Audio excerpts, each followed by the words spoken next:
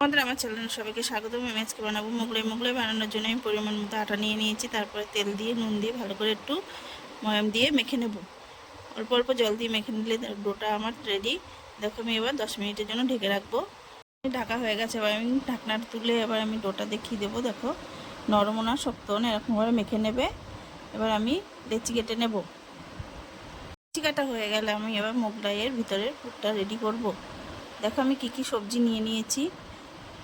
সবজিগুলোকে হালকা ভেজে নেব। কড়াইতে তেল দিয়ে একটু কালো জিরে দিয়ে কুচিটি আমি দিয়ে দেবো। দিয়ে ভালো করে নেড়ে চেড়ে ভেজে নেব। আমার রান্নার ভিডিওটি কে কোথা দিয়ে দেখছো আমাকে কমেন্ট করে জানাবে, তাহলে আমি বুঝবো আমার রান্নার ভিডিওটি কত দূরে পৌঁছিয়েছে।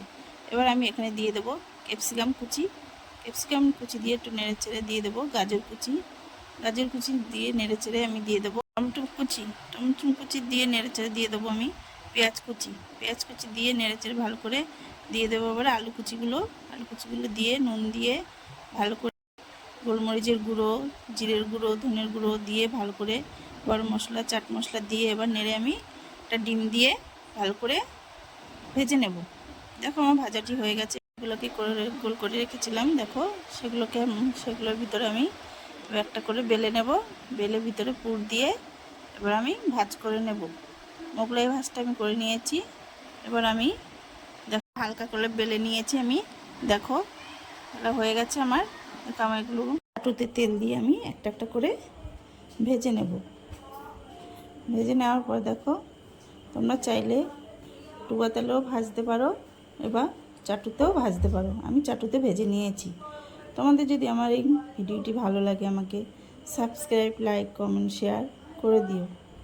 দেখো আমি এভাবে ভেজে নিয়েছি। এবার ভাজা হয়ে গেলে আমি এবার একটা একটা করে ভেজে এবার তুলে নেব। এবার দেখো আমি দেখিয়ে দিচ্ছি কেমন ভাজা হয়েছে। দেখো